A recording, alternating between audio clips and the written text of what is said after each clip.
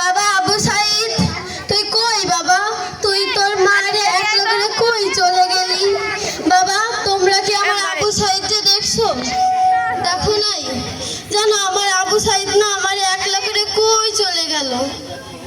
2024 সালে যখন এদেশে আন্দোলন হচ্ছিল তখন আমার আবু সাইদ আর ঘরে বসে থাকতে পারলো না। আমার আবু সাইদ আমারে বলল, মা মাগো আমি আন্দোলন যাচ্ছি মা, তুমি আমার জন্য আল্লাহর কাছে দোয়া কইরো। আমি বললাম, বাবা আন্দোলন কি রে বাবা?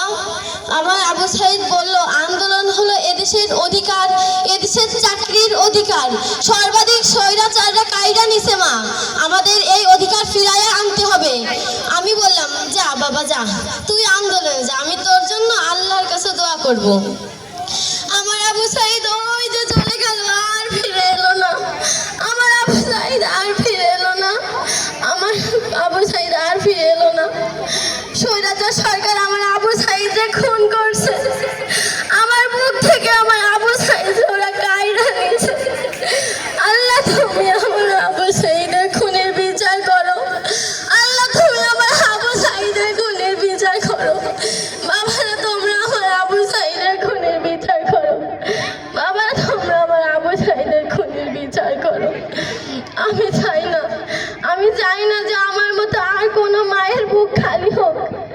আমি চাই না আমার মতো আর কোনো মায়ের বুক খালি হোক। তোমরা আমার আবু সাইদরে ফিরাইয়া দাও। আমার আবু সাইদরে আমার বুকে ফিরাইয়া দাও। বাবা আবু সাইদ তুই কই গেলি বাবা? বাবা আবু সাইদ, আমার বাবার আমার বুক থেকে খাইরা নিছে।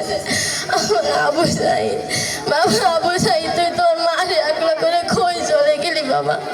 তুই তোর মারে একলা করে খই চলে গেলি বাবা। আবু সাইদ, বাবা আবু সাইদ।